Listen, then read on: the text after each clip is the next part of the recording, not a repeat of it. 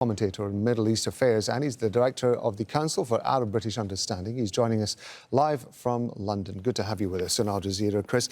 The supporters of the president's actions in launching this operation, this escort operation, had been saying that if the US had been able to break Iran's grip on the strait, it would have given the US a lot more leverage when it came to ceasefire negotiations. Why pause it?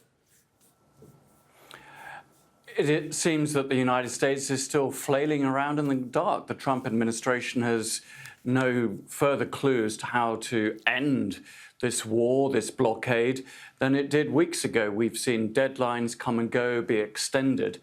So we just have to hope that somehow other powers, maybe China, can somehow get both Iran and the United States back onto a realistic diplomatic track to end this war, because there isn't really a military solution to all of this. This idea that Project Freedom was somehow going to free up the Strait of Hormuz was a non-starter. There was no clarity as to exactly what the mandate of US warships was going to be, were they there to escort or shadow, what would be the terms of engagement with Iranian forces if any of these ships were fired upon.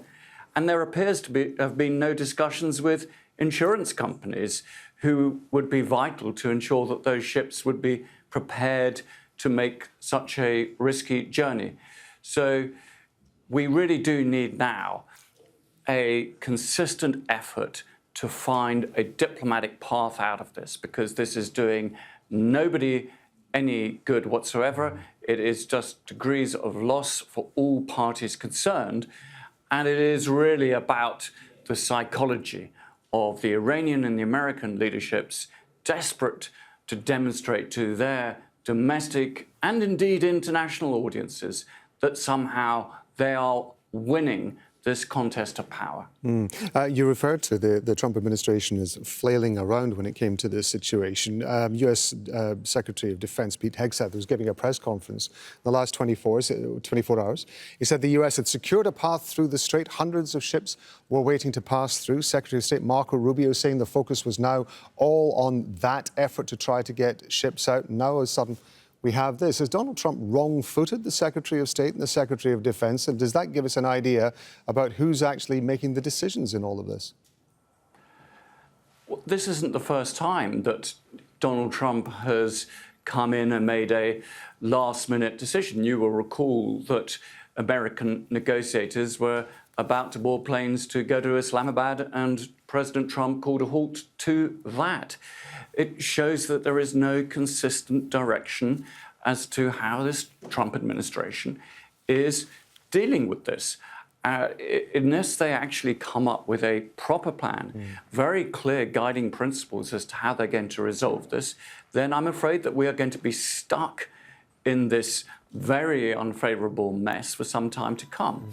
It requires other parties, I think, to cajole, nudge these powers into a more sensible position that can open up the strait, get the global economy back and running, and to resolve the underlying issues that triggered this conflict and war in the first place. Chris, I mentioned that Iran's Foreign Minister Abbas Araghchi is in Beijing. He's talking to the Foreign Minister Wang Yi. It appears as though China has a significant amount, or has the potential to play a significant role in this. What do you think Abbas Araghchi is hoping to get out of that meeting, given, of course, that it's only a week until Donald Trump himself goes to Beijing to meet with Xi Jinping? Well, the Iranian leadership will obviously be concerned as to what the position of the Chinese authorities will be in advance of that summit between President Xi and President Trump. They know that China has quite a significant degree of leverage, and I suspect Iran will not want to see any weakening of Chinese support, that they will want to ensure that China backs the core demands of the Iranian authorities. But China has a chance here to actually score a significant diplomatic win, to demonstrate that, as it has done in one and two other deals in the recent past in the Middle East, that it can actually successfully broker a deal. They know that President Trump likes to have these one-on-one meetings with major global figures.